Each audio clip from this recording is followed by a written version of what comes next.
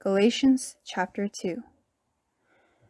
14 years later, I went up again to Jerusalem, this time with Barnabas. I took Titus along also.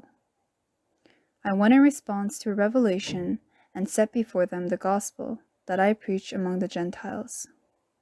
But I did this privately to those who seemed to be leaders, for fear that I was running or had run my race in vain. Yet not even Titus, who was with me, was compelled to be circumcised, even though he was a Greek. This matter arose because some false brothers had infiltrated our ranks to spy on the freedom we have in Christ Jesus and to make us slaves. We did not give in to them for a moment, so that the truth of the gospel might remain with you. As for those who seemed to be important, whatever they were makes no difference to me. God does not judge by external appearance. Those men added nothing to my message. On the contrary, they saw that I had been entrusted with the task of preaching the gospel to the Gentiles, just as Peter had been to the Jews. For God, who is at work in the ministry of Peter as an apostle to the Jews, was also at work in my ministry as an apostle to the Gentiles. James, Peter, and John, those reputed to be pillars, gave me and Barnabas the right hand of fellowship when they recognized the grace given to me. They agreed that we should go to the Gentiles, and they to the Jews.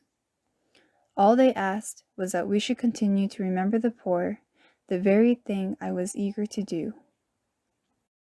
When Peter came to Antioch, I opposed him to his face, because he was clearly in the wrong. Before certain men came from James, he used to eat with the Gentiles. But when they arrived, he began to draw back and separate himself from the Gentiles, because he was afraid of those who belonged to the circumcision group. The other Jews joined him in his hypocrisy, so that by their hypocrisy, even Barnabas was led astray. When I saw that they were not acting in line with the truth of the gospel, I said to Peter in front of them all, "You are a Jew, yet you live like a Gentile, and not like a Jew. How is it, then, that you force Gentiles to follow Jewish customs? We who are Jews by birth, and not Gentile sinners, know that a man is not justified by observing the law, but by faith in Jesus Christ. So we, too, have put our faith in Christ Jesus, that we may be justified by faith in Christ, and not by observing the law, because by observing the law, no one will be justified. If, while we seek to be justified in Christ, it becomes evident that we ourselves are sinners, does that mean that Christ promotes sin? Absolutely not. If I rebuild what I destroyed, I prove that I am a lawbreaker. For though the law I died to the law, so that I might live for God. I have been crucified with Christ, and I no longer live, but Christ lives in me. The life I live in the body, I live by faith in the Son of God, who loved me and gave himself for me.